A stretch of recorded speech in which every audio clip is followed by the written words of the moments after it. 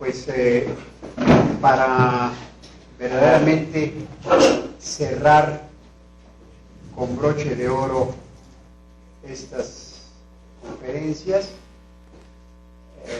nos hace el honor de acompañarnos el señor licenciado Adrián Iturbide Gallo. Sí, les confieso que se me agolpan las ideas a propósito de lo que podría yo decir de don Adrián Iturbide.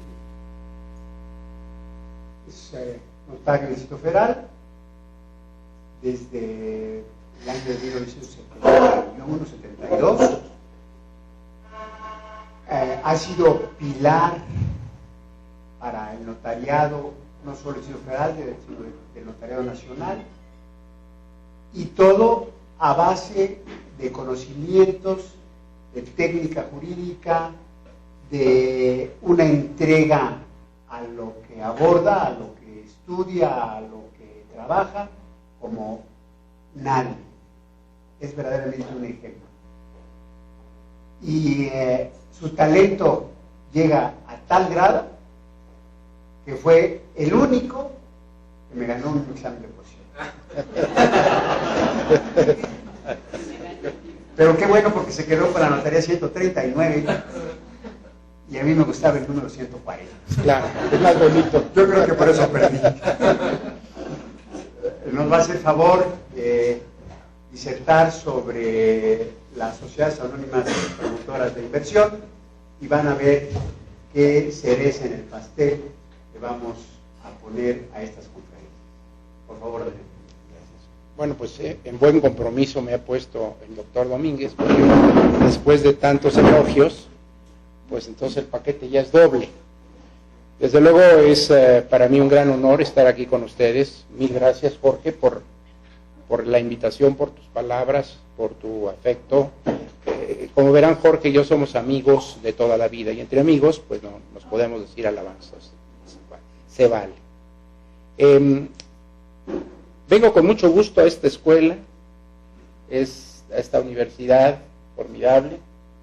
Es un proyecto muy interesante, muy valioso. Felicidades de que estén ustedes haciendo esa labor formidable de preparar a los jóvenes en esta materia jurídica, que a los que ejercemos una profesión relacionada con el derecho, pues normalmente nos apasiona. Convenimos con Jorge que les platicaría yo un poquito sobre esta nueva figura en el derecho societario mexicano que es la SAT. Pero déjenme hacerles a ustedes algunas referencias previas. Como ustedes bien saben, Jorge y yo compartimos la misma profesión notarial. Y para los notarios, la relación con el mundo societario ha sido de siempre. Lo fue en la Nueva España, en las ordenanzas de Bilbao, que eran las ordenanzas mercantiles que regulaban la materia societaria, y que se llaman así porque fue en ese lugar de la Vizcaya española, en el Cantábrico, donde fueron aprobadas las ordenanzas y luego reafirmadas por Fernando VII ya a principios del siglo XIX, ordenanzas que estuvieron en vigor en la República ya en el México independiente hasta mediados del siglo XIX. Bueno, pues ya los tipos sociales que se manejaban en esas ordenanzas de Bilbao estaban ligadas a la vida del notario. El notario tenía que participar en la constitución y en la reforma de los estatutos de este tipo de empresas. El primer Código de Comercio mexicano, de 1854, que lleva el nombre de su egregio autor, don Teodosio Lares, se dio en el régimen centralista de Santana. Ahí destaca la figura de la sociedad anónima, y al lado de la sociedad anónima está también la actividad del notario. Fue después de la promulgación de la Constitución del 57, concretamente en el año de 1883, en que se federalizó la materia mercantil. Hasta antes era una materia que estaba reservada a la competencia estatal. Hubo por ahí algunos códigos de comercio estatales antes de estas fechas. Después de federalizarse la materia mercantil a través de una reforma constitucional, se promulgaron los dos primeros, el primer código de comercio, ya un código omnicomprensivo de la materia mercantil, el de 1884, ya un ordenamiento federal de aplicación en toda la República. Este código tuvo una vigencia muy corta, a diferencia del que le siguió, del de 1889, que mutilado, cambiado, adicionado, está en vigor todavía. Es el ordenamiento jurídico más antiguo de la República Mexicana, más antiguo inclusive que la Constitución del 17. Antes del Código de 89 hubo una ley de permanencia efímera que sacaba a las sociedades anónimas del Código de Comercio, fue una ley específica que quedó sin efectos a partir del Código de Comercio de 1889.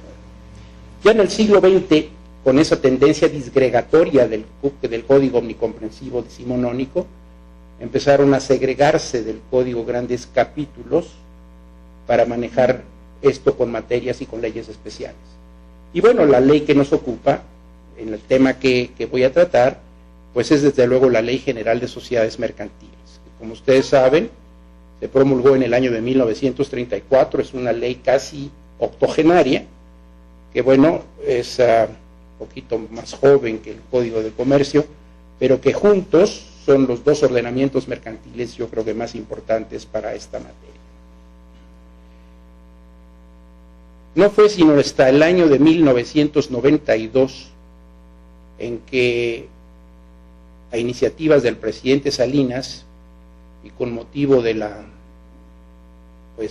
inminente celebración del Tratado de Libre Comercio con Canadá y los Estados Unidos, que se tomó la decisión, a nuestro juicio, digo nuestro juicio como notarios, pero se tomó la decisión de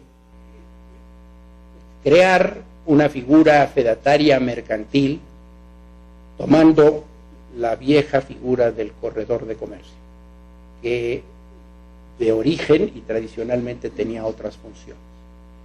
No es el tema, simplemente diré que el corredor de comercio participa o coparticipa con el notariado a partir del año de 1992 en esta posibilidad de dar fe de los actos fundacionales de las sociedades mercantiles y de sus reformas. Y prácticamente de 1992 para acá, pues hemos estado en algunas discusiones de carácter jurídico, en algunas controversias que ha venido resolviendo tanto la Suprema Corte de Justicia de la Nación como diversas iniciativas que han sido dictaminadas en el Congreso de la Unión, y ha quedado hasta ahora pues ya señalados los campos de acción de los dos cuerpos fedatarios.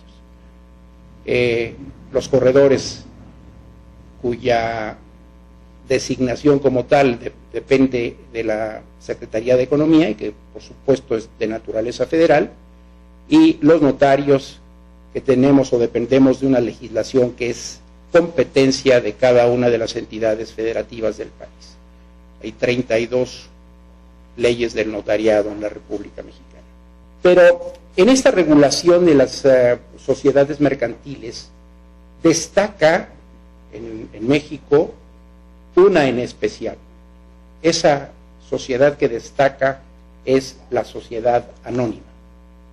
Esta sociedad anónima que surge en el mundo a principios del siglo XVII, allá por los 1600, con esas famosas compañías de seguros de las Indias Orientales, seguros marítimos de las Indias Occidentales, y que llegan a México como tal a finales del siglo XVIII y principios del XIX, primero a través, la primera sociedad anónima que se tenga noticia en México todavía durante la época colonial, era una empresa dedicada a los seguros marítimos en Veracruz, y ya después en el siglo XX, en el siglo XIX todavía, pues tiene una gran expansión en la materia minera, en la materia ferroviaria, en diversas actividades humanas, y llega al siglo XX y ahora al XXI, y prácticamente les podría decir que no hay ninguna actividad humana que tenga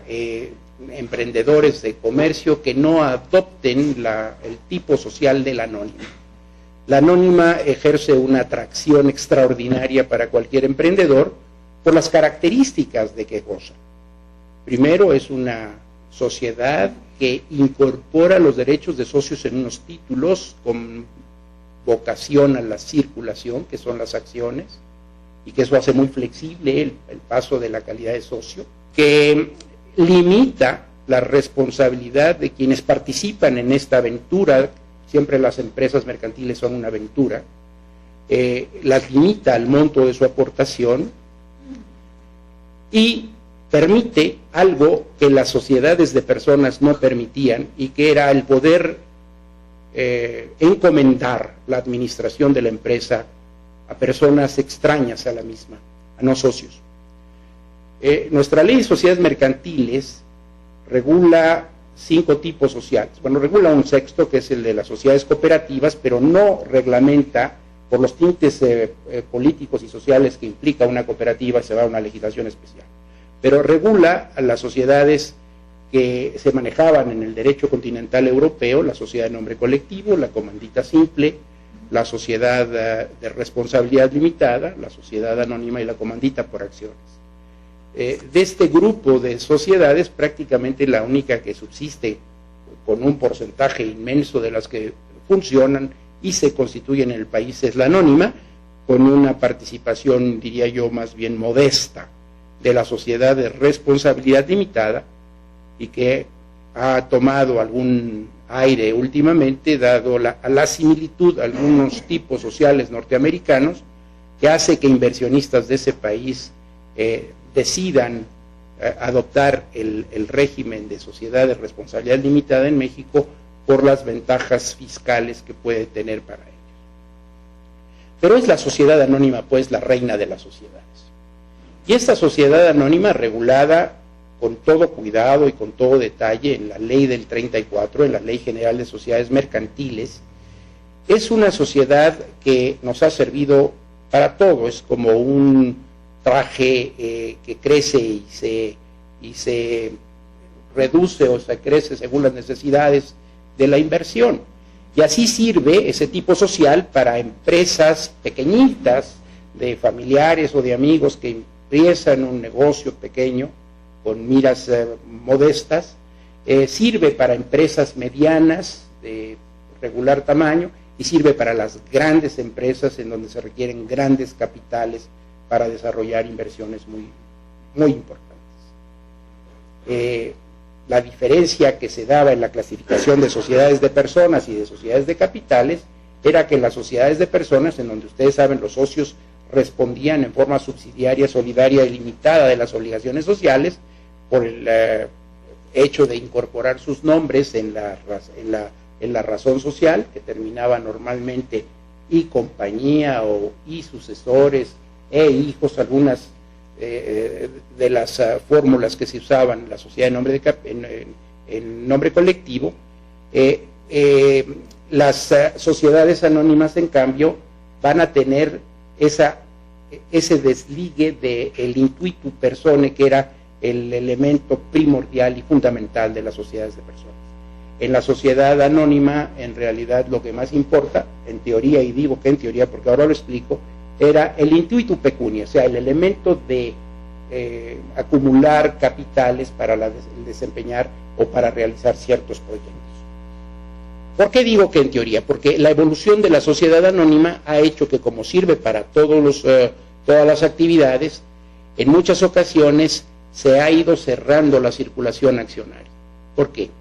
Si se junta un grupo de amigos, un grupo de familiares para celebrar un negocio societario, desean ponerle trabas a la circulación de las acciones, y entonces las empiezan a vincular con los procedimientos que la Ley General de Sociedades Mercantiles permite, para que no pasen las acciones de los socios a extraños.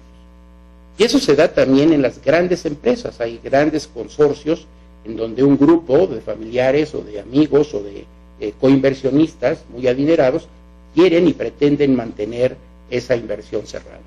Son estas sociedades reguladas por la Ley General de Sociedades Mercantiles, conocidas ahora como sociedades anónimas comunes o como sociedades anónimas cerradas, que evolucionan a las sociedades abiertas o sociedades públicas. Esas sociedades públicas que son públicas no porque intervenga el poder público en ellas, que también, por cierto, cuando hay intervención estatal, la figura de la anónima destaca, pero no son de esas las que me ocuparé. Las sociedades públicas son aquellas que buscan su financiamiento a través de el ahorro del público inversionista. ¿Qué había pasado en México? En México el mercado de valores es muy pequeño. Estas sociedades públicas o abiertas, como se les llamaba, ahora la nueva ley del mercado de valores de la que me ocuparé las bautiza como sociedades anónimas bursátiles, llegan escasamente a una centena. Son unas 100 empresas que manejan capitales muy grandes y que son las que determinan el mercado de valores. ¿Y qué pasa con un gran número de empresas medianas que tienen posibilidad de crecer, pero que no tienen modos de financiamiento de dinero? Porque todas las empresas mercantiles requieren capitales, requieren inversiones. Y realmente el fondeo para una empresa, si no es con recursos propios de los accionistas, que casi siempre son insuficientes, no vienen más que de dos fuentes: o a través de los préstamos bancarios, el sistema bancario que otorgue créditos a la empresa, o a través de la incursión en el mercado de valores, a través de sus dos vertientes, mercado de capitales o mercado de ventas. Bueno, pues en el año de 2005 se prepara una nueva ley del mercado de valores que viene a reforzar la regulación de las sociedades públicas, de las sociedades abiertas, bautizándolas como sociedades anónimas bursátiles. Teléfonos de México, Sociedad Anónima Bursátil de capital variable. Son unas cuantas, todas conocidas de ustedes. Y se medita cómo atraer al mercado, a la inversión del mercado de valores, a las empresas medianas. Déjenme hacer un paréntesis en estas ideas. La ley de 1934, la Ley General de Sociedades Mercantiles, sobre todo en las sociedades anónimas, traduce con pureza las doctrinas estrictas del derecho societario del continente europeo. Tiene una serie de normas rígidas, de normas estrictas, de prohibiciones que deben cumplirse estatutariamente, tanto en el desarrollo de los estatutos como en el ejercicio cotidiano de la operación de la empresa, y que van a traer prohibiciones a los accionistas, van a tener prohibiciones a los órganos de administración, van a tener obligaciones puntuales para los órganos de vigilancia, que son los comisarios. Este ha sido nuestro sistema, un sistema en donde se busca proteger al entorno comercial en donde se desenvuelve la empresa y se busca proteger a los accionistas que intervienen en la misma.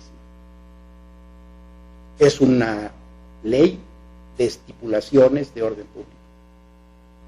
¿Qué pasa con esta globalización que padecemos? Bueno, somos vecinos, decía don Porfirio Díaz, la desgracia de México es estar tan cerca, tan lejos de Dios y tan cerca de los Estados Unidos. Bueno, pues estamos pegados a los Estados Unidos, y el gran imperio norteamericano, como lo fue en su tiempo el imperio romano, ha ido trasladando su sistema poco a poco a todo el mundo, pero especialmente iniciándolo por México.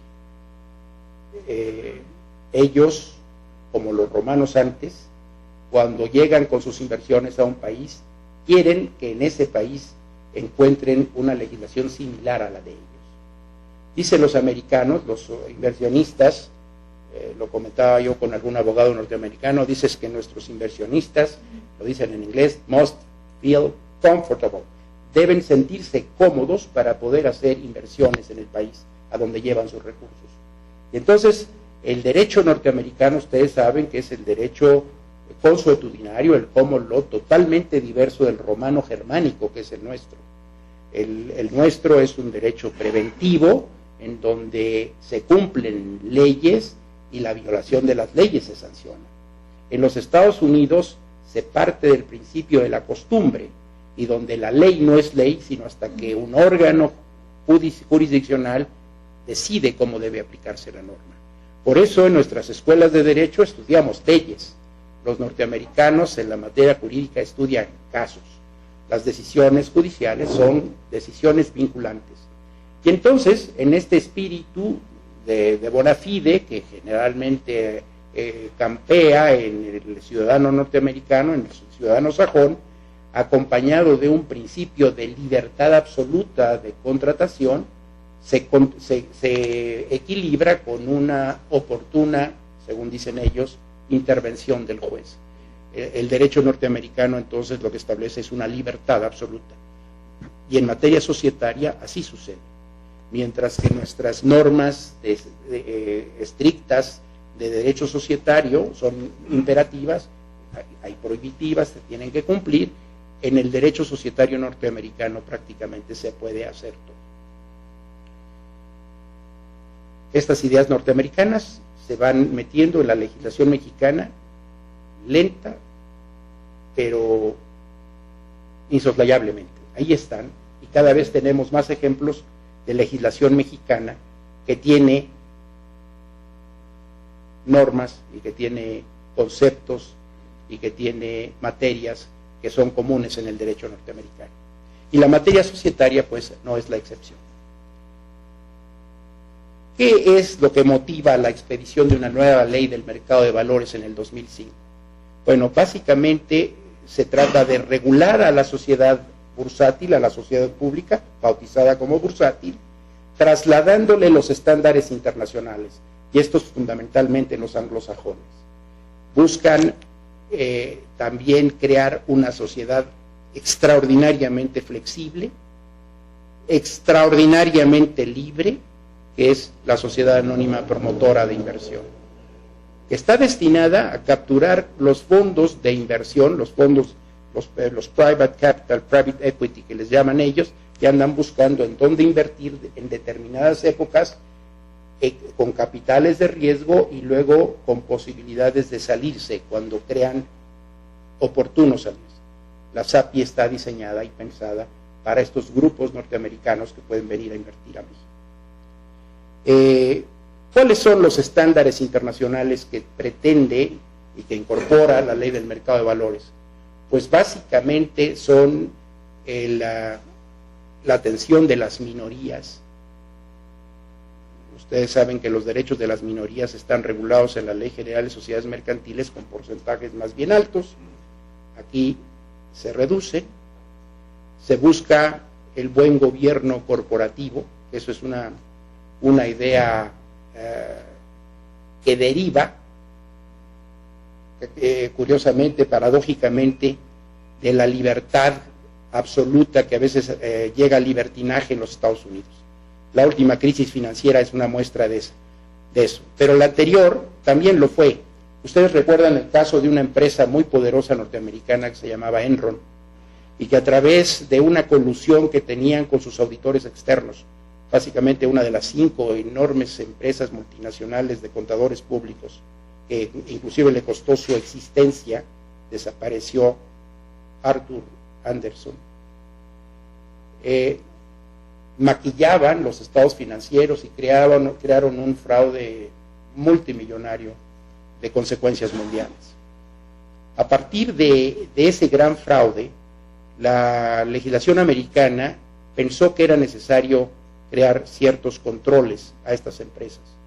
Y se expidió una ley que, como es costumbre en la legislación norteamericana, lleva el nombre de los legisladores que la crearon. Esta se llama la ley Sarbanes-Oxley, que si ustedes la revisan, pues está traducida al español en la ley del mercado de valores. Estas regulaciones para la sociedad bursátil de la ley norteamericana están reglamentadas aquí. El tercer punto, que es importante en la ley Sarbanes-Oxley y que son los estándares internacionales de la Bolsa de Valores, es la revelación de información. O sea que estas empresas tienen obligación de informar a los inversores, precisamente para evitar otro caso como Enron, de cuál es la situación financiera, económica, jurídica, administrativa y operacional de las empresas, a través de los prospectos, a través de los folletos, a través de los intermediarios bursátiles. Las empresas públicas, las empresas bursátiles tienen obligación de informar al público. Pues entonces podemos decir ahora que tenemos nuestra Ley General de Sociedades Mercantiles, en donde está regulada en la forma tradicional que conocemos todos y a la que nos hemos habituado durante, nosotros no 80 años, pero como por la mitad, pero que ha estado aquí en el país en los últimos 80 años, y las nuevas disposiciones de la Ley del Mercado de Valores. Y debo de comentarles que no se van a quedar ahí. En el Congreso de la Unión, el mes pasado, fue aprobado en comisiones, en la Cámara de Diputados, una reforma a la Ley General de Sociedades Mercantiles, donde toma estas ideas de la SAPI y las introduce ya a la sociedad anónima, ordinaria o cerrada. Quiere decir que la idea, porque debo decir que todo esto lo empuja una institución norteamericana que es el Banco Mundial. El Banco Mundial da estas indicaciones. Este gobierno ha sido proclive a atender esas indicaciones porque nos permite subir en el rango de calificación en competitividad. Cada vez que hay algo que hacemos que se parezca a ellos, nos suben 2, 3 puntos y entonces nos ponen una palomita porque estamos haciendo el trabajo. Entonces, no se va a quedar en la Ley del Mercado de Valores, se va a introducir a la ley de sociedades mercantiles para las sociedades ordinarias, las sociedades comunes, y la única nota que les puedo comentar es que aprobada en Comisiones Unidas en la Cámara de Diputados no alcanzó a subir al Pleno y ahí se quedó. Yo creo que ya en este periodo no va a subir. Porque, y ahora entro ya al tema, pero déjenme comentarles qué ha pasado con la ley del mercado, con estas indicaciones del Banco Mundial. Estamos en una dicotomía que pareciera que estamos en un barco con dos proas, una jalando hacia un lado y otra jalando hacia el otro. Por un lado tenemos este afán de desregular y de permitir libertad absoluta que exige el Banco Mundial y que se ha trasladado en verdaderos ataques a la ley de sociedades mercantiles, como eliminar el concepto de capital mínimo, lo cual es una aberración en una sociedad de capitales, de manera tal que los socios fundadores deciden cuál es el capital de la empresa, lo cual es ridículo, porque se pueden constituir empresas de 2 pesos, o de 5 pesos, o de 10 pesos. Pensando con esto que la desregulación va a motivar a una gran cantidad de informales a constituir sociedades. Y lo único que vamos a constituir son, o bien sociedades que no van a tener recursos para operar y que van a ser fuentes de defraudaciones a proveedores y a terceros, porque van a ostentar el nombre de sociedad anónima y van a dar la idea de solvencia económica cuando son absolutamente insolventes, que no van a tener después ni siquiera dinero para liquidarse.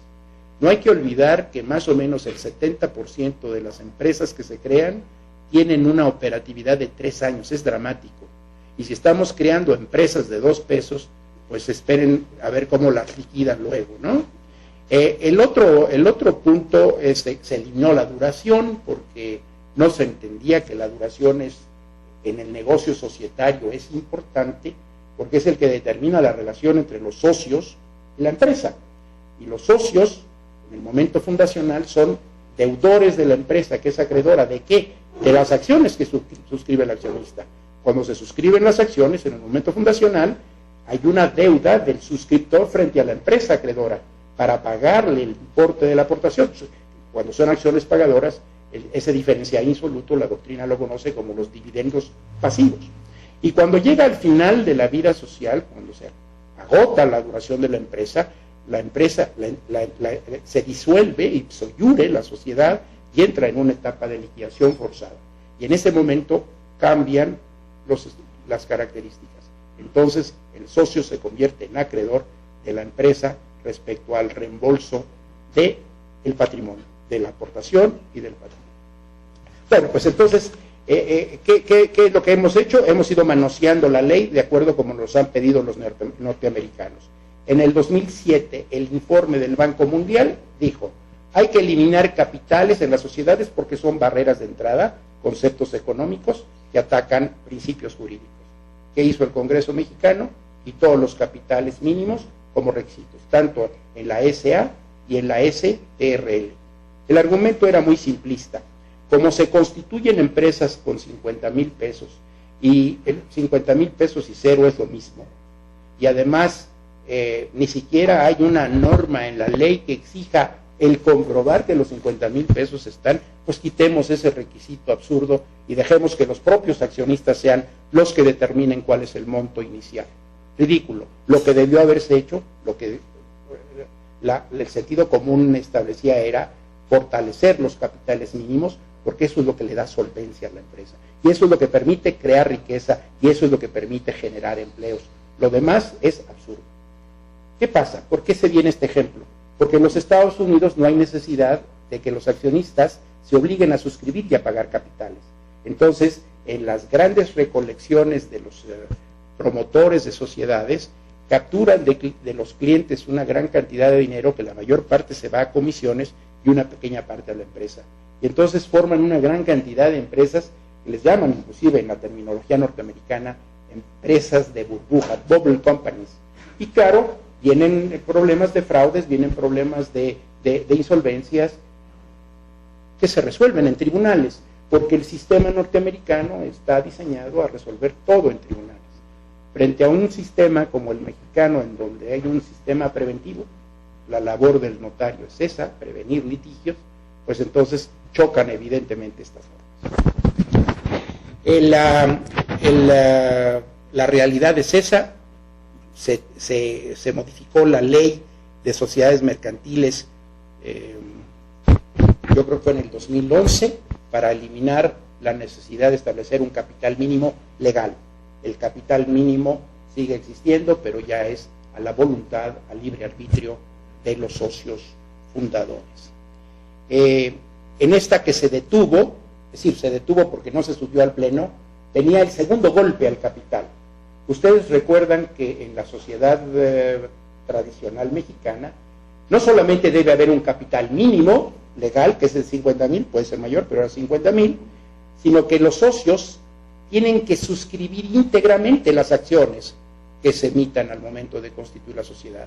Y no solamente se tienen que suscribir íntegramente, sino que se tienen que pagar. Y si se pagan en bienes diferentes del numerario, tienen que estar pagadas totalmente. Y si se pagan en numerario, tiene que estar pagado cuando menos el 20% de cada acción. Hay un principio de integración real del capital. Te obligaste a pagar 100,000 pesos, pues tienes que pagarme ahorita de entrada cuando menos 20,000, y los 80,000 restantes me los vas a pagar en los términos acordados en el pacto fundacional. Las acciones pagadas en especie, si se tienen que quedar depositadas 2 años, para que si a los 2 años resulta que la aportación en especie se valorizó en un excedente del 25%, haya una obligación del socio de reponer ese 25%, porque hay un principio de integrar el capital social como meollo, como eje, como fundamento del patrimonio y de la solvencia que la empresa tiene. Entonces ahora vamos a tener empresas insolventes. Eso por un lado. Por el otro, el Registro Público de Comercio es una institución que está diseñada para informar, para publicitar aquellos actos de la empresa, de la vida societaria, que conviene que la comunidad sepa. Y entonces se tienen que inscribir normalmente los movimientos de capital, desde luego la constitución, las reformas de la empresa, los movimientos de capital para arriba o para abajo, aumentos o reducciones, las designaciones de funcionarios, de representantes, de apoderados. Es una fuente maravillosa de información. Y ahora, con los sistemas tecnológicos, el SIGER es un buen intento. Nosotros, los notarios, estamos inscribiendo sociedades a través de un sistema biométrico de la huella digital, inscribimos sociedades en el registro, y ahora que va a la segunda etapa del SIGER, que ya no van a ser plataformas regionales, sino una plataforma única, en teoría pronto podríamos saber la vida de una empresa desde cualquier notaría del país. Bueno, ¿qué es lo que ha hecho el sistema norteamericano en México? Pues ha simplemente ido desbaratando el registro. Únicamente se tiene que inscribir en capitales el capital mínimo. 2 pesos es lo que vamos a encontrar inscrito. El nombramiento de administradores y apoderados es opcional, pues no lo inscribo. Solamente se van a inscribir ciertos actos trascendentes de la empresa, como pueden ser esos negocios complejos de fusión, de escisión o de transformación, o la disolución y liquidación. Y solamente el cambio de la denominación o razón social se va a inscribir, aumentos de capital en parte fija y tan. En la nueva iniciativa, esa opción de inscripción, que todavía hay algunos, por la inercia que hay de tantos años de inscripción de estas cosas, se seguían inscribiendo, bueno, pues se va a quitar la opción para que ya no se puedan inscribir. ¿Qué es lo que hacemos? Hacemos un mundo jurídico de opacidad que es ideal para los grupos delictivos que están buscando eso. El presidente Calderón nos dice que el problema de la guerra del narcotráfico, la platicábamos con Jesús hace un momento, es básicamente el flujo de armas que llega indiscriminadamente a los Estados Unidos y las grandes cantidades que en chorros llegan de dólares y que hay que colocar. ¿Qué necesitan esos grupos para colocar su dinero? Pues instrumentos jurídicos que les permitan entrar a la legalidad y mantenerse opacos. Ustedes pueden imaginarse que en una parte de Cancún de repente se erige un hotel de superlujo con una inversión de 300, 400 o 500 millones de dólares y se va al registro de comercio y ¿qué encuentran? ¿Qué información tienen? Es una sociedad que se constituyó con 2 pesos, con 2 prestanombres seguramente, no sabemos quién es el administrador, no sabemos quién es el apoderado, no sabemos quién está operando la empresa. Es terrible, es una tragedia. Eso ya está en el derecho mexicano. Y digo yo que estamos en un barco de 2 proas, porque por un lado, mientras los norteamericanos nos llevan a estos absurdos, por el otro también el mundo global nos exige que México participe en el control del lavado de dinero. Y entonces se ha aprobado la ley para controlar estos flujos de procedencia ilícita, en donde exactamente lo contrario, en donde se establecen una serie de actividades llamadas vulnerables, en donde estamos evidentemente los notarios, entre otros participantes, participan ahí también las gentes que se dedican a la compraventa de bienes inmuebles, las gentes que se dedican a la venta de automóviles, las gentes que se dedican a la venta de joyas o antigüedades, y otros más, en donde ahora, en esa nueva normativa, se exige información. Y se exige información de todos los movimientos de capital. ¿Pero qué te vamos a informar del capital si ya las sociedades se constituyen con 2 pesos, con capitales mínimos y los variables se manejan al gusto? Nunca más se vuelve a tener noticia externa de los movimientos de capital. Entonces, déjenme decirle que las sanciones por no dar avisos, yo creo que son las más altas de las que hayamos podido padecer. Y digo padecer como notarios, porque los notarios tenemos una gran cantidad de responsabilidades, de solidaridad en cuestión fiscal, etcétera. Pero en esto, la omisión o a veces inclusive la presentación extemporánea de los avisos en este tipo de cosas que nos están poniendo en actividades vulnerables, están sancionadas con multas hasta de 4 millones de pesos o con sanciones que van del 10 al 100% de la operación. Entonces, con 2 avisos que se le vaya al notario, pues ya se puede dedicar a vender billetes de lotería. Estamos pues en esta transición terrible, en donde por un lado estamos yéndonos a una desregulación absurda y por el otro lado a unos controles que el Estado necesita y que toda la comunidad exige para que se acabe estas matanzas terribles que se dan en todo el país y que son gracias a los grandes flujos de dinero que mueve sobre todo el narcotráfico y después todos los delitos que derivan. Esta es nuestra realidad. Y ahora me voy a meter rápidamente al tema porque si no voy a ir a ordenar. Bien, ¿cuál es el marco regulatorio? Pues ya lo dije, la Ley General de Sociedades Mercantiles del 34, la Ley del Mercado de Valores, que es de diciembre de 2005, entró en vigor en junio del 2006. Esta nueva ley, es una nueva ley del mercado de valores, va a crear unos nuevos subtipos societarios. ¿De qué tipo social? De la anónima, no hay otra. La anónima, que es la reina de las sociedades.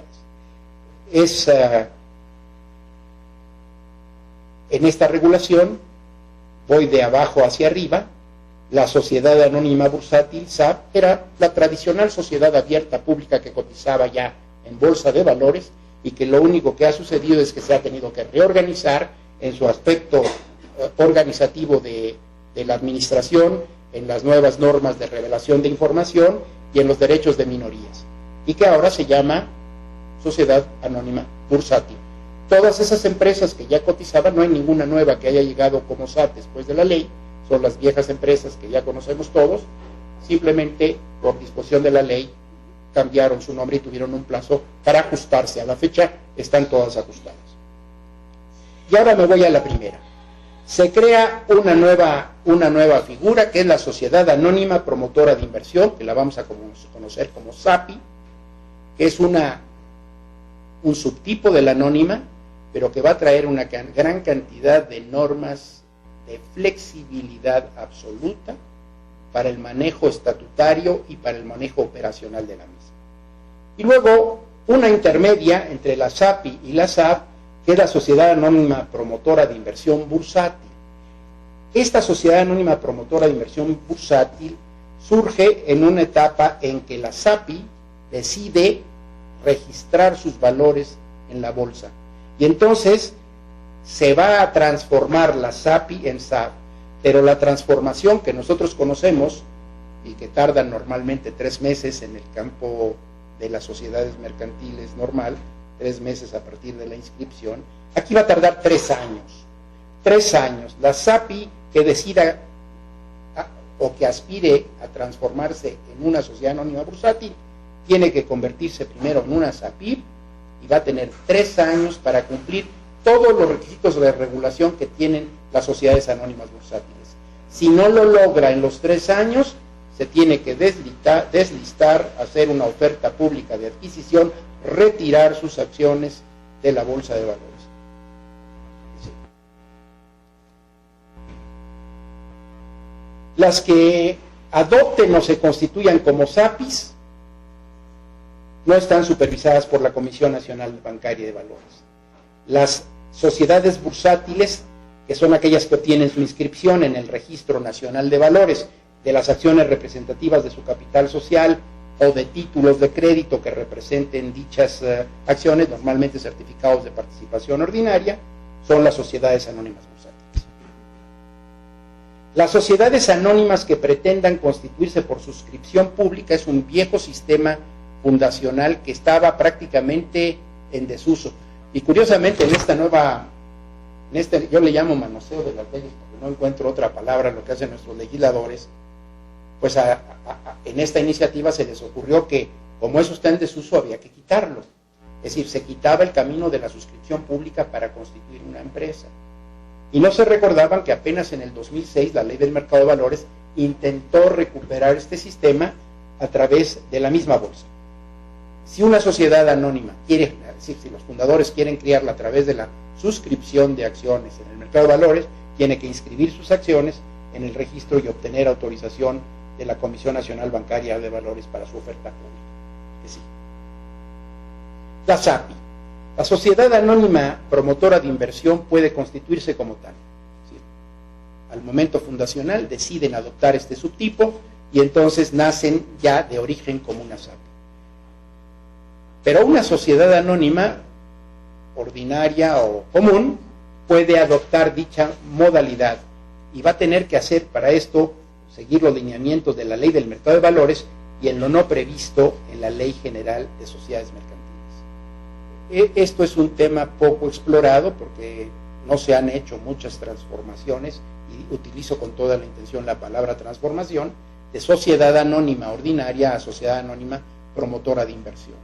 Yo pienso que a pesar de que es un simple subtipo de la anónima implica realmente una auténtica transformación, y por regulación y por remisión de la ley del mercado de valores se tendrá que seguir el camino de la transformación que la ley general de sociedades mercantiles establece. En la SAPI la denominación es libre, al igual que en cualquier sociedad anónima, y lo único que se tiene que hacer es agregarle el término promotora de inversión o la abreviatura PEI. Para adoptar dicha modalidad en el proceso de una sociedad anónima que desea adoptar el subtipo de SAPI, tiene que haber un acuerdo de Asamblea General Extraordinaria, y tan es transformación que se genera un derecho a los disidentes de separarse al valor contable en la fecha de ejercer el derecho cuando surta efectos el acuerdo. Exactamente igual que sucede cuando una sociedad, cualquiera de los tipos regulados de la ley, se transforma, se genera el derecho de separación de los socios. ¿Cuáles son las estipulaciones estatutarias que debe llevar una SAPI? En principio son obligatorias los requisitos del artículo 91 de la ley, no lo voy a recordar ahorita por tiempos, pero son las normales de cualquier sociedad anónima común y corriente. Y en las potestativas es donde empieza realmente la revolución, el choque con la anónima, que nos van a crear una serie de condiciones diferentes, nuevas, a las que los abogados, los notarios, los estudiantes de derecho tendremos que acostumbrarnos. Son instituciones nuevas en el derecho mexicano, que nos vienen del derecho norteamericano y que ahora las vamos a tener que aplicar. Fíjense, por ejemplo, que era muy fácil establecer un machote determinado para las anónimas. Es decir, bueno, pues como sirven para todos los tamaños, simplemente se ajustan en el capital social y sirven para todas, porque las disposiciones y la regulación es igual en las chiquitas que en las grandes. Ahora no. Ahora en las APIs tiene que ser un traje a la medida, porque como parten del principio de libertad absoluta de los socios fundadores, pues el abogado que prepare los estatutos de la SAPI o el notario que lo haga, tendrá que tener la creatividad y tendrá que tener la idea de hacer el traje a la medida. Será tan amplia y tan compleja y tan libre como lo pidan los socios y como pueda el abogado corporativo o el notario redactar. Me deja usted en la anterior. ¿Qué puede hacer? Puede establecer restricciones a la transmisión accionaria de una misma serie o clase representativa del capital distintas a las del artículo 130. Decíamos que las acciones son títulos de crédito con una vocación a la circulación. Cuando tienen alguna restricción, la doctrina las llama acciones vinculadas o acciones de circulación restringida. Están reguladas en el 130 de la Ley de Sociedades Mercantiles. La restricción consiste en que si un socio, si eso se establece en estatutos, si un socio quiere vender sus acciones a un extraño, tiene obligación de acudir al órgano de administración, dice la ley al consejo, pero puede ser también a un administrador único, para obtener la autorización para venderle al tercero. Y el consejo de administración o el órgano de administración puede aceptar la venta o puede negarla. Y si niega la autorización para que el socio venda a terceros su acción, entonces tiene que señalarle a un comprador al precio, dice la ley de sociedades mercantiles, al precio de mercado. En realidad, el precio de mercado solamente los tienen las que cotizan en bolsas. La doctrina unánimemente ha considerado que debe ser al valor real de las acciones, que no es otro que el valor contable de las mismas. Pues bien, ese es el máximo de restricciones que puede tener una acción. Así lo dice Mantilla Molina, así lo dice Rodríguez, lo dice Barrera Graf. El máximo de restricción que puede haber en la transmisión accionaria es esta. ¿Qué había pasado en la práctica mercantil? Todas estas coinversiones norteamericanas que normalmente ven a sus despachos, que son... sí, así se les dice de broma, pero ya no lo digo. No, es que teníamos un maestro en la facultad que, de grato recuerdo, don Oscar Morinó, que era un abogado muy famoso, muy afamado, y tenía un despacho grande, pero que competía ya con los primeros despachos, ya con nombres americanos de abogados acá, ¿no? Y entonces se refería a ellos como los despachos de Chuperson, Harlerson y Mamerson. Y entonces, así de repente se oye, ¿no? Perdónenme, pero es Chuperton, Mamerton y Butinsky. Ah, bueno, ese ya es una variante. Bueno, entonces, en la realidad, ¿qué pasaba con los inversionistas mexicanos? Todos este tipo de disposiciones que la Ley General de Sociedades Mercantiles prohíbe, iba yo a decir prohibía, todavía las prohíbe, en la práctica ya se daban. En estos pactos societarios de los socios, en los Shareholders Agreements, porque además es otra cosa que vamos a tener que volvernos bilingües, porque todas estas disposiciones tienen su origen en inglés, entonces se refieren a ellas como la institución norteamericana lo dice. Y entonces en estos pactos societarios los hacían por debajo del agua, ¿no? Los tenían firmados y no los sacaban a los estatutos. Algunos vinculatorios sí los llegaban a sacar, inclusive creo que violatorios del orden público mexicano, porque establecían, por ejemplo, en la vinculación accionaria, que si alguien violaba esas normas complejas que establecían los estatutos, se generaba la nulidad de la operación. Ustedes saben que las nulidades no pueden establecerse por pactos entre partes. Las nulidades solamente pueden derivar de la ley. Sin embargo, en muchos de esos estatutos así se establecía. Y pues ahora ya no hay problema. La SAPI ya no tiene que trabajar debajo del escritorio. Puede sacar cláusulas restrictivas a la circulación, las que se le ocurran. ¿Cuáles? Las que la imaginación del abogado tenga en la mente o las que el socio, normalmente norteamericano, quiera imponer. Segundo, causales de exclusión de socios o para ejercer derechos de separación, de retiro, de amortización de acciones, adicionales a las que trae la Ley General de Sociedades Mercantiles y el establecimiento de precios o bases para su determinación. Fíjense qué interesante. En las sociedades comunes ordinarias que tenemos, una vez que ustedes suscriben y pagan el capital, hay dos principios fundamentales. Van a tener permanencia en la empresa. Ni la sociedad los va a poder excluir, ni ustedes se van a poder retirar. Pueden vender sus acciones, pero no pueden ir a la empresa y decirle, regrésame mi aportación. ¿Por qué? Porque está diseñada la sociedad para mantener un patrimonio sólido en su actuación societaria.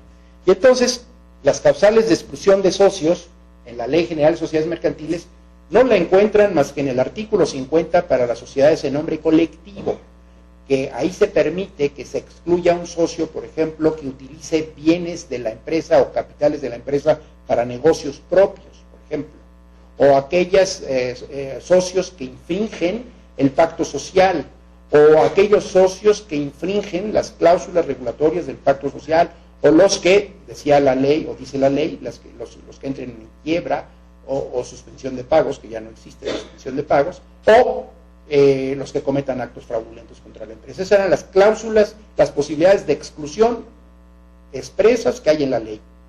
Había otras para las sociedades de personas, por ejemplo, si se decidía que la administración estuviera en un no socio, los demás se podían retirar. Y tenía una lógica, porque si respondían subsidiaria y solidaria limitadamente de las obligaciones sociales, no querían que viniera un tercero a ponerles en riesgo su propio patrimonio.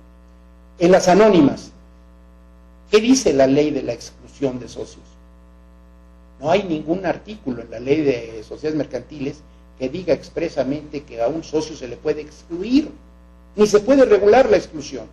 Solamente se permite en vía indirecta en un caso, es el de las acciones pagadoras, esas acciones a las que ya me refería yo, en donde el socio ha suscrito la acción y la ha pagado parcialmente, o sea que ha exhibido el capital parcialmente y se ha obligado a pagar el resto en cierto tiempo. Si la obligación de pagar o de cubrir esos dividendos pasivos no se cumple a cabalidad, la empresa tiene la posibilidad de exigir el pago, y si no lo tiene la posibilidad de vender las acciones y de reducir el capital social. O la venta cubre la parte insoluta y si hay algún remanente se lo da al socio. Ahí hay una exclusión del socio en vía indirecta. Pero es el único caso.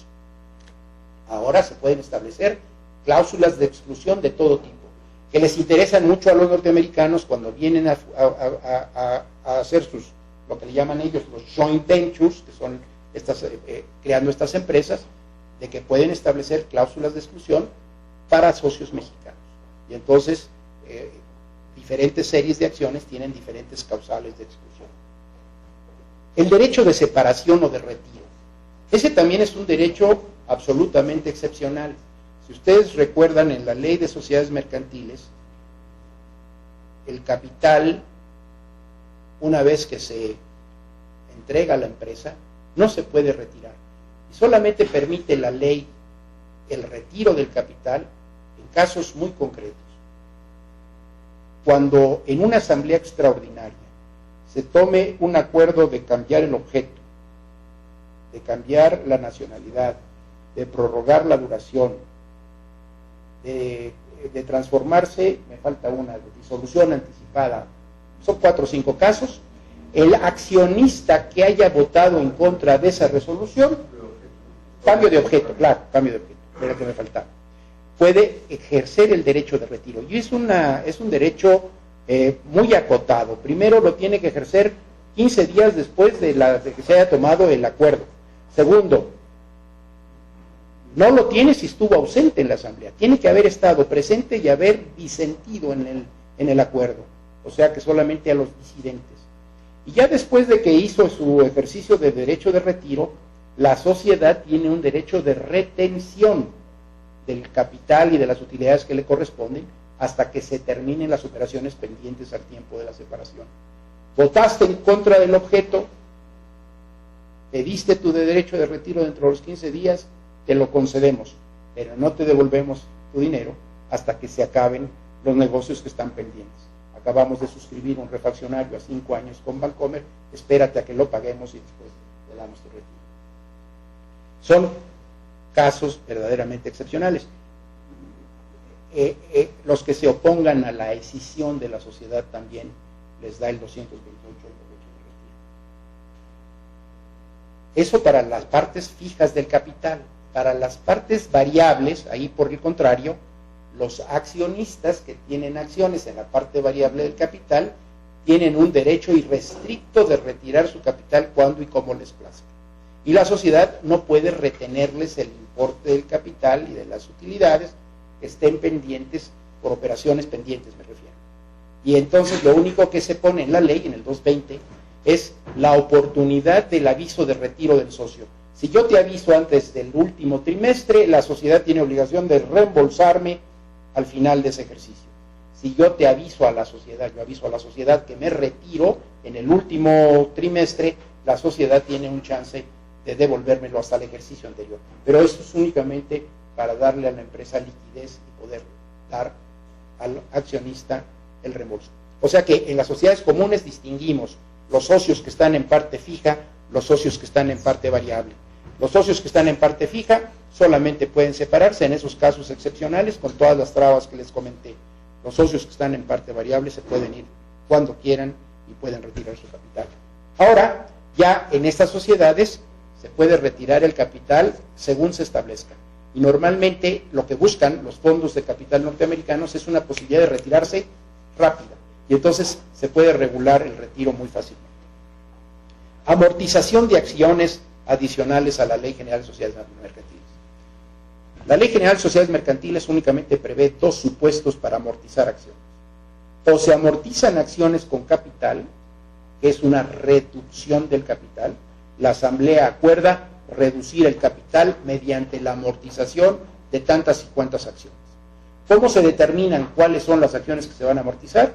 Con un sorteo ante notario o corredor por principios de justicia y de equidad. Esas que salen sorteadas son reembolsadas al accionista y la empresa tiene que reducir su capital social. Esa es una amortización de acciones. Hay otra que se amortizan las acciones con utilidades, no con capital. Y entonces, evidentemente, como se le reembolsa al socio su aportación con utilidades de la empresa, la sociedad no tiene que reducir su capital social. Permite la ley que a cambio de esa reducción, es decir, de esa amortización de las acciones, sean compensados los socios amortizados, que también debe ser, si no cotizan en bolsa a través de sorteo de notario corredor, que se les compense con la expedición de unas acciones que la teoría llama como acciones de goce, que les permiten participar en alguna medida en las utilidades futuras y que les permiten también participar en el reembolso final de liquidación después de que las no amortizadas hayan sido pagadas. Permiten emitir acciones distintas a las del artículo 112 y 113. El 112 de la Ley de Sociedades Mercantiles habla de que todas las acciones conceden los mismos derechos y que puede haber diversas series o clases de acciones que den diversos derechos, pero siempre iguales en cada serie. Y el 113 regula lo que se conocen como las acciones de voto limitado, o acciones preferentes, que también se les llaman, en donde el accionista únicamente va a tener voto en 4 o 5 temas reservados a asambleas extraordinarias: prórroga de la duración, disolución anticipada, cambio de objeto, nacionalidad, transformación o fusión. Ahí hay voto, y en todas las demás acuerdos de asambleas extraordinarias o de asambleas ordinarias no participan, y a cambio de la limitación del voto tienen derecho a un dividendo preferente acumulativo del 5%. Son las famosas acciones de voto limitado que hemos conocido desde siempre. Bueno, ahora ya se pueden emitir acciones de todo tipo. Podemos expedir acciones en una SAPI, que eso sería un pecado en épocas de Mantilla Molina, que una acción no tuviera el derecho de voto, que es el derecho de consecución más importante que tiene un accionista. Pero es que, como estas sociedades están destinadas a capturar inversionistas en el mercado de riesgos, hay quien no le interesa votar, lo que le interesa es las posibilidades de un buen negocio. Entonces, se suprime el derecho de voto, se puede restringir el voto, se pueden establecer acciones con derechos sociales no económicos distintos del de voto. Por ejemplo, se piensa que pudieran servir para un club deportivo en donde pueden entrar al club pero no tienen derecho de votar. Pueden exclusivamente dar el derecho de voto pero no participar en otro tipo de derechos. Pueden limitar el reparto de utilidades, que ese es otro sacrilegio para la Ley General de Sociedades Mercantiles. Ustedes recuerdan el artículo 17, que es casi de los artículos sagrados de la ley. No producen ningún efecto las disposiciones que priven a uno o más socios de la participación en las ganancias. Más o menos dice la parte.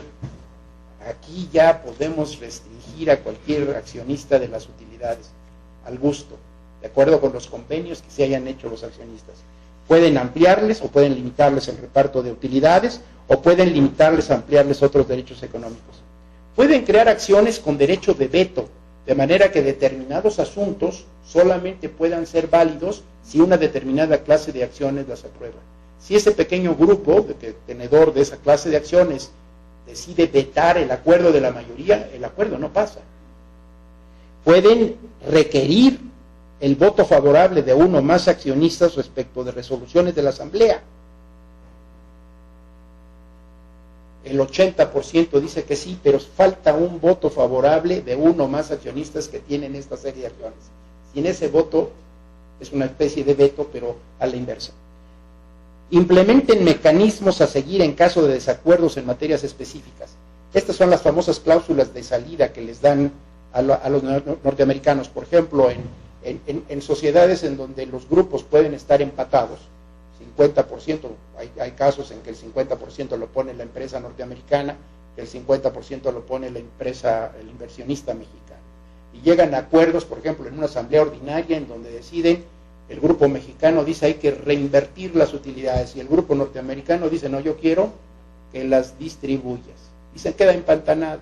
Entonces, cláusulas para destrabar, que puede ser, por ejemplo, el acudir a terceros, puede ser, por ejemplo, el acudir a los órganos de administración de las empresas matrices, de las holding, en fin, las formas de destrabar los desacuerdos pueden ser, insisto, tan variadas y tan casuísticas como se les puedan ocurrir. Pueden ampliar, limitar o negar derechos de suscripción preferente. Ese es otro derecho fundamental para los accionistas en la anónima tradicional, que consiste en que en los casos de aumentos de capital, todo accionista tiene un derecho para suscribir y pagar en forma preferente las acciones del aumento en proporción de las de que son tenedores. Son principios de toda la vida del derecho europeo que responden a un principio de conservación patrimonial. Si la empresa tiene un capital social de 1 millón de pesos, pero un patrimonio de 10 millones, evidentemente que cuando hay aumentos de capital a los socios les interesa para mantener esa proporción, suscribiendo y pagando el aumento, porque en el fondo las acciones tienen todo ese valor subyacente. Pues aquí se puede ampliar, se puede limitar, se puede negar, se puede inclusive disponer como si fuera un bien, se puede vender el derecho de preferencia. Yo te vendo a ti, otro accionista, mi derecho de preferencia para el aumento. Como ven ustedes, son cosas extraordinarias. Pueden limitar la responsabilidad de los daños y perjuicios ocasionados por sus consejeros y directivos relevantes. Pueden convenir que cuando no haya habido, desde luego, mala fe y demás, no haya responsabilidad en los descalabros sociales para los administradores. Los títulos de las acciones de las APIs deben incorporar las anteriores estipulaciones. Como ven, no hay manera de tener unos estatutos de APIs. Hay que hacerlos. Y hay que hacerlos de acuerdo con lo que quiera el socio fundador. Otra vez. La administración de las APIs. Esto es muy importante. Se elimina el administrador único. El administrador único ya es historia pasada. Siempre tiene que haber un órgano colegiado, un consejo de administración. Y surge una nueva figura, aquí tenuemente, en la SAPIF y en la SAP, ya con una fuerza determinante, que es el director general. Los consejeros, igual que el director general, están en principio sujetos al régimen de organización, funciones y responsabilidades de la Ley General de Sociedades Mercantiles. La única variante es esta nueva figura de director general, que también corresponde a una figura norteamericana. En los Estados Unidos se llama CEO, Chief Executive Officer, que es realmente el administrador ahora, y pero quedan sujetos en principio a la Ley General de Sociedades Mercantiles. Pero pueden optar, desde que se constituye la SAPI, de ya salirse de la Ley de Sociedades Mercantiles y meterse en la Ley del Mercado de Valores con una administración parecida a la de la SAP. O sea, tomar las normas de administración de una bursátil. Recuerden que todavía la SAPI ni siquiera está en el mercado de valores, todavía no toma el acuerdo de transitar en una SAPIF, está todavía como una sociedad, digamos, privada, sin llegar a la inversión pública, únicamente captando los recursos de fondos de inversionistas. Pueden adoptar el régimen relativo. ¿Qué pasa si adoptan el régimen de la SAP? Bueno, pues la integración, organización y funcionamiento de la SAP, con una diferencia. En las sociedades anónimas bursátiles tiene que haber un máximo de 21 consejeros y cuando menos el 25% deben ser consejeros independientes. Estos son uno de los requisitos de las prácticas o de las mejores prácticas de gobierno corporativo que insistieron mucho en los Estados Unidos después del descalabro de Enron. Bueno, aquí todavía la independencia de consejeros no es obligatoria. Los consejeros y el director general entonces ya van a quedar sujetos al régimen de organización, funciones, responsabilidades de la SAP.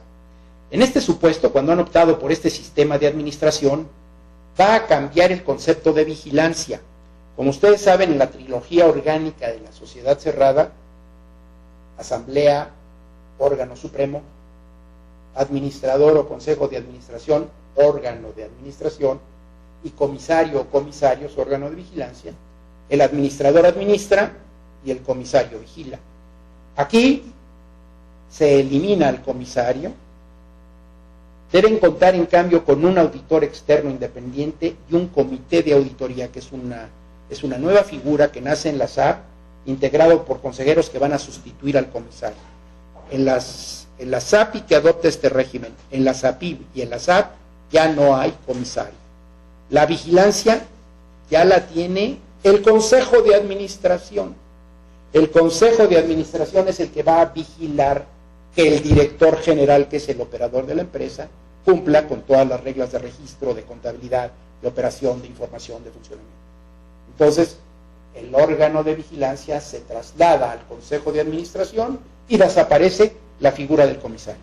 ¿Quién va a vigilar? El Consejo, auxiliado por un comité de auditoría y un auditor externo independiente. Las minorías, ese es el otro gran tema de las sociedades anónimas bursátiles y por supuesto de las SAPIs, de las APIPs y pronto de nuestras sociedades comunes, si es que prospera la reforma. ¿Ustedes se acuerdan los porcentajes en la Ley de General de Sociedades Mercantiles para ejercer derechos de minorías? normalmente es el 33%, hay un 25% para el nombramiento de un consejero, y todos los demás son 33, ¿no? 33 y 25. Bueno, aquí se baja. Aquí lo vamos a ver. El 10%, inclusive que tengan derecho de voto limitado o restringido, pueden nombrar y revocar a un miembro del Consejo, y solo puede revocarse su nombramiento si se revoca el de todos los demás. Una vez revocados, quedan impedidos para ser nuevamente designados por un año. Con el 10% también pueden nombrar un comisario en el caso que mantengan el sistema de la Ley de Sociedades Mercantiles, salvo que la SAPI se ubique en el régimen opcional de administración de la SAP, porque ahí ya no habría comisario. Y este derecho del 10% en este caso también opera para accionistas que no tengan derecho a votar. Sin embargo, para eso sí lo tienen, para ejercer esos derechos de minorías. Con el mismo porcentaje del 10%, 33 en la ordinaria, ¿se acuerdan? En la cerrada, solicitar al presidente del Consejo o a cualquiera de los comisarios se convoque a una asamblea, con la misma mecánica que en la ley. En caso de que el Consejo no lo haga, se puede pedir al juez y el juez hace la convocatoria, pero con este porcentaje. Se puede solicitar también con ese 10%, se aplace por una sola vez la votación de cualquier asunto respecto del cual no se consideren suficientemente informados para dentro de 3 días naturales sin necesidad de nueva convocatoria. Derecho igual al de la Ley de Sociedades Mercantiles, nomás que el porcentaje más pequeño. En vez del 33, solamente el 10. Con un 15%, aquí del 33 se baja nada más al 15%, puede ejercerse la acción de responsabilidad civil contra los administradores, siempre en beneficio de la sociedad, igualito que en la sociedad cerrada. Sin resolución de asamblea, también se puede ejercer esa acción de responsabilidad contra los comisarios. El mismo requisito, que esa minoría no haya estado presente y haya votado a favor en la asamblea que haya decidido que no deba exigirse responsabilidad a los administradores. Con un 20%, siempre y cuando gocen del derecho de voto en el asunto que corresponda, pueden oponerse judicialmente a las resoluciones de las asambleas. Recuerdan ustedes que siempre un grupo en las sociedades cerradas pueden oponerse a una resolución válidamente tomada, pero que infrinja algunas disposiciones de la ley o de los estatutos, pueden ejercer el derecho de oposición, diferente al derecho de nulidad de asambleas que se maneja en otra forma. Los convenios. Aquí está el derecho norteamericano en pleno. Estos convenios que en estos despachos a los que se refería Jorge con enjundia, que ya existían, ahora ya se pueden celebrar. Obligaciones de no desarrollar giros comerciales que compitan con la sociedad. Se tienen que obligar los socios a no competir con la sociedad, pero solamente se limita a tiempo máximo de 3 años, por ese principio de libertad comercial que impera en los Estados Unidos, no puede ser un límite mayor, por materia o por cobertura geográfica. Pueden establecerse unos derechos y obligaciones muy interesantes, que son las opciones de compra o venta de las acciones representativas del capital social, y que son realmente cláusulas de escape o válvulas de salida de los accionistas. Por ejemplo, los americanos lo llaman tag along. Yo les recomiendo que se vayan acostumbrando a estos términos, porque los vamos a manejar con el término anglosajón. Ya inclusive en el mundo corporativo en México se maneja el tag along, el drag along, el put in, el call in, el flip in, el flop on, el flip over. Todas estas son términos anglosajones que nos tenemos que acostumbrar hoy. ¿Qué significa el tag along? Uno o varios accionistas solamente pueden enajenar todas o parte de sus acciones cuando el adquirente se obligue a adquirir una proporción o todas las acciones de otro u otros en igualdad de condiciones. Tag along significa que se adhieren al que sea. Piensen en un grupo mayoritario, en un fondo de estos de inversión americana que vienen aquí y de repente cierran en Nueva York un trato de transferencia accionaria en donde otro grupo va a llevarse a la mayoritaria. Y entonces el grupo minoritario dice, yo me voy contigo, si tú te vas, yo me voy. Y entonces el grupo comprador en Nueva York tiene que comprar las acciones de todos. Se van completos, págalo. Yo me adhiero me pego al grupo mayoritario que se va. Otra vez. Que uno o varios socios puedan exigir a otro socio la enajenación de una parte o la totalidad de sus acciones cuando aquellos acepten una oferta de adquisición en igualdad de condiciones. El mismo ejemplo, el grupo mayoritario acepta una oferta de compra, pero obliga al grupo minoritario a que se vaya con ellos. Como yo ya voy a vender, tu grupo fundacional mexicano también te sales. Va a entrar otro grupo y esto se llama drag along, que significa en castellano arrastre. Yo, mayoritario, arrastro a los minoritarios y me los llevo. Puede establecerse los derechos opcionales que se llaman en Estados Unidos el put right o el call right. El put right es que uno o varios socios tienen derecho a enajenar las acciones que han suscrito a otro que tiene obligación de adquirirle. El primero tiene derecho a enajenar, pero no obligación a enajenar. Tiene derecho a enajenar, pero el otro tiene obligación de adquirir. Y en el call right es al revés. El socio tiene derecho a adquirir todo, la parte de los otros que tienen la obligación de vender. Put right, call right. Y el precio es determinado o determinable. Y el precio ese determinado también tiene un nombre en inglés que se llama strike price. Entonces se ejerce el derecho put right en el strike price para que se vayan ustedes familiarizando con nuestro nuevo derecho societario. Que uno o varios accionistas queden obligados a suscribir y pagar cierto número de acciones a un precio determinado, el mismo strike price o determinable. Se determina previamente un valor o precio por las acciones, fijo o valor de referencia. Se pueden establecer compromisos de aumentos de capital programados en donde ya no haya derecho de suscribir, sino obligación de hacerlo. Se pueden enajenar y celebrar todos los actos jurídicos relativos al dominio, disposición o ejercicio del derecho de preferencia al que ya me refería, y pueden estos derechos, puedo enajenar mi derecho de preferencia a otro grupo de accionistas que le convenga utilizarlo, o puedo hacerlo con personas distintas de estos. Figuras como el reporto o el deporte en donde yo transmito mis acciones a un grupo que las va a tener durante un tiempo para ejercer los derechos derivados de las acciones y luego se las van a devolver en otro tiempo. Acuerdos para el ejercicio del derecho de voto en asambleas. Puede haber voting trust, o sea, consorcios o acuerdos para votar.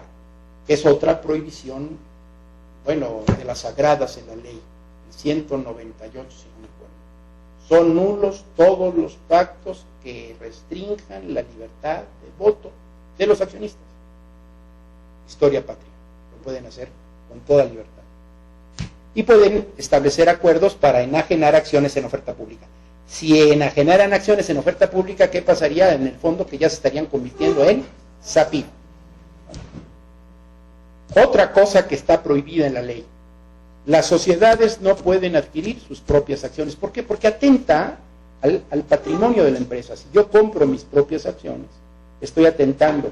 Y hay además, en la ley de sociedades mercantiles, en el 138, una responsabilidad de los administradores que autoricen la compra de las acciones. Hay solamente un caso de excepción que ustedes deben recordar. Cuando le son adjudicadas a la empresa acciones judicialmente por adeudos, la sociedad puede adquirir sus acciones, se las adjudica un juez. Pero esa adjudicación lo obliga a solamente tenerlas 3 meses. Y a los 3 meses o las vende o reduce el capital y las desaparece. Aquí ya no. Aquí ya la sociedad va a poder libremente adquirir sus propias acciones. Eso tiene una gran razón de ser en las sociedades anónimas bursátiles. Ustedes imagínense una sociedad que cotiza en el mercado de valores y en un martes negro ve cómo en horas se va desplomando el valor de su acción. Es terrible porque sufre una descapitalización catastrófica. Entonces, ¿qué es lo que hacen esas empresas? Salen al mercado y compran sus propias acciones para rescatarlas de la debacle. Sin embargo, en una SAPI realmente no se justifica más que por ese afán o ese principio de libertad absoluta. Entonces, lo pueden hacer, simplemente se reúne el Consejo de Administración, que es el estratega del asunto, ordena la compra de las acciones y la pueden hacer con cargo al capital contable, no tocan el capital social, entonces no hay reducción de capital, o lo pueden hacer con cargo al capital social. Y las pueden cancelar, ya que las compraron, o las pueden convertir, fíjense qué interesante, en acciones emitidas no suscritas, que son las famosas acciones de tesorería, que en nuestra ley de sociedades mercantiles son exclusivas de las sociedades de capital variable. Aquí una SAPI de capital fijo, porque las puede haber, podría convertir las acciones adquiridas con cargo al capital, las podría convertir en acciones de tesorería. Es otro principio que se rompe de la ley.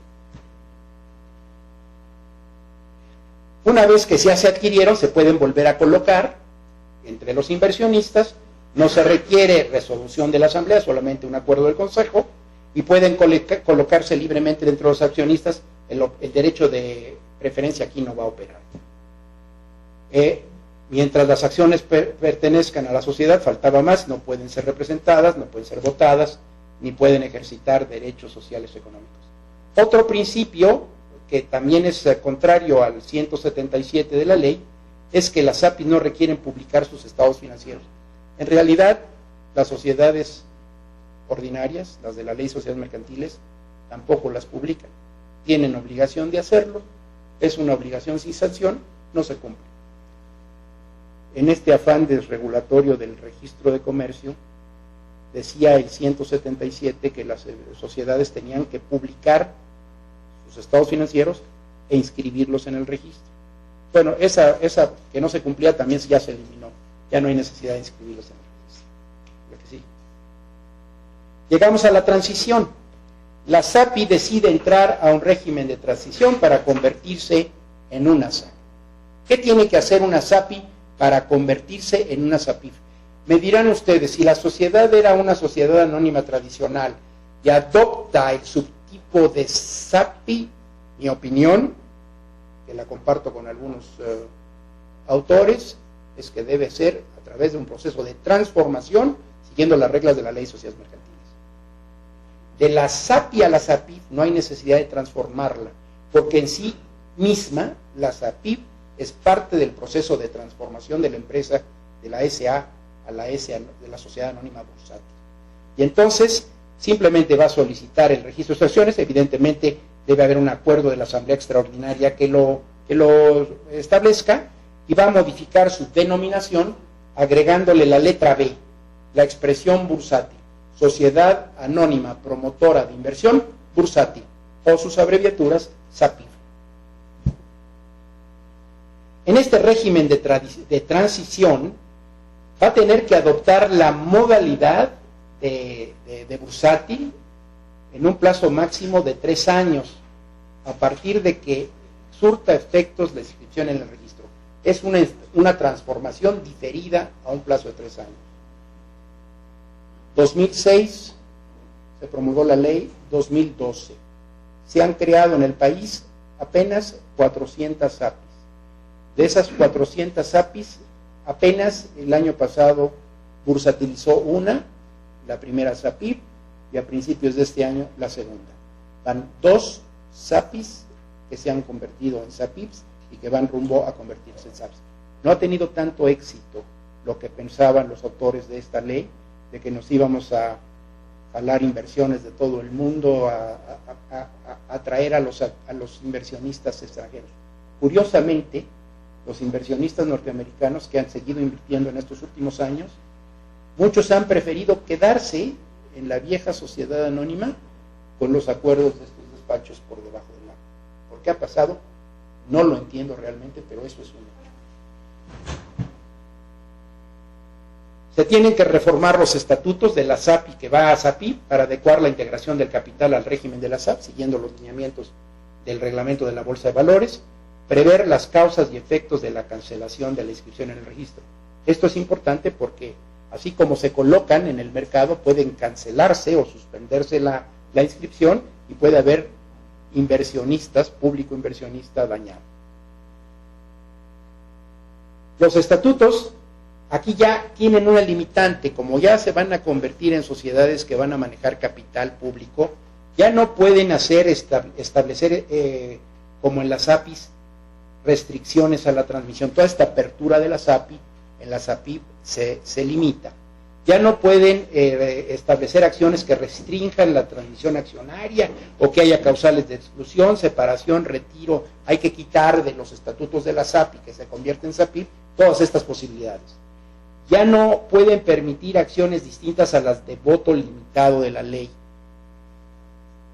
Las sociedades anónimas bursátiles pueden un pequeño porcentaje manejarlo con acciones de voto limitado, pero siempre con autorización de la Comisión Nacional Bancaria y de Valores. Hay que identificar a la persona o personas que tengan el control, don Gastón Billetes, el dueño de la lana, el que dispone, hay que identificarlo, y ese señor debe dar su conformidad y firmar el acta de la asamblea. Al momento de la inscripción en el registro, el Consejo de Administración ya debe empezar a acercarse a la SAP y ya debe de tener un consejero independiente. Les decía yo que en la SAP tiene que haber un máximo de 21 y cuando menos el 25% independiente. En esta tiene que haber un consejero independiente cuando menos. Y ya se tiene que crear un comité. Los comités que maneja la SAP son dos: prácticas societarias y de auditoría. En las SAPIPs puede haber uno solo que maneje los dos asuntos. El comité de prácticas societarias, como la SAP, integrado por miembros del Consejo de Administración. El presidente de los comités siempre tiene que ser un consejero independiente, y a este comité pueden asignársele funciones de auditoría, en cuyo caso ya no va a haber comisario. El secretario, por último, debe autentificar la tenencia accionaria de cada uno de los accionistas. La siguiente, por favor. Las APIF pueden, una vez inscritas sus acciones, colocarlas en bolsa con o sin oferta pública. La oferta pública es aquella que se hace a través de medios masivos a destinatarios indeterminados. Cuando no es oferta pública, es oferta privada, que se hace a ciertos inversionistas. ¿Qué requisitos para que puedan colocar en bolsa? Deben prever expresa y notoriamente en el prospecto de colocación o folleto informativo cuáles son las diferencias que esa SAPIF tiene en su organización, funcionamiento, en sus obligaciones de revelación de información o requisitos de listado en su caso, qué diferencias tienen ellos con la SAP, los términos y condiciones del programa de transición. Deben mencionar que los valores solamente pueden adquirirse por inversionistas institucionales, que son aquellos que establecen las leyes federales, normalmente entidades financieras, bancos, por ejemplo, inversionistas calificados, que son aquellos que se determinan porque tienen los recursos y que habitualmente están invirtiendo en bolsa, o personas que por escrito manifiestan conocer todas las características de la SAPIF y sus diferencias con la SA y con la SAP y los potenciales riesgos de inversión. Al aceptar a estas personas como inversionistas, tienen que firmar un documento en donde manifiestan conocer las diferencias. Deben obtener de la bolsa en que pretendan listar sus acciones la aprobación del programa de transición. Los intermediarios, que son básicamente las casas de bolsa, quedan restringidos a ofrecer las acciones de SAPIP solamente a los inversionistas que mencionamos antes, incluyendo operaciones que realicen en nombre y por cuenta de sus clientes. Para obtener y mantener la inscripción, las SAPIP deben cumplir con algunos requisitos. Por ejemplo, deben revelar información. La comisión les puede reducir requisitos para inscribir y mantener este registro y esa información. Deben ser verificados periódicamente los grados de avance y cumplimiento. Esto es obligatorio de las bolsas de valores, e informar a la bancaria de los incumplimientos. El incumplimiento grave genera la cancelación de la inscripción, y cuando se ordena la cancelación, previa a la cancelación, la sociedad está obligada a realizar una OPA, una oferta pública de adquisición, en un plazo de 180 días. Como me voy a salir del mercado, lo único que puedo hacer es rescatar a los inversionistas. Entonces hago una oferta pública de adquisición para que me regresen mis acciones. Si es antes por sanción, o si es al expirar el plazo de transición de 3 años y que no haya logrado la SAPIF convertirse en SAP. Como medida precautoria, la comisión puede siempre suspender la inscripción. Ya no voy a las conclusiones porque es repetir lo que dije. Espero no haberlos aburrido mucho. Eso es.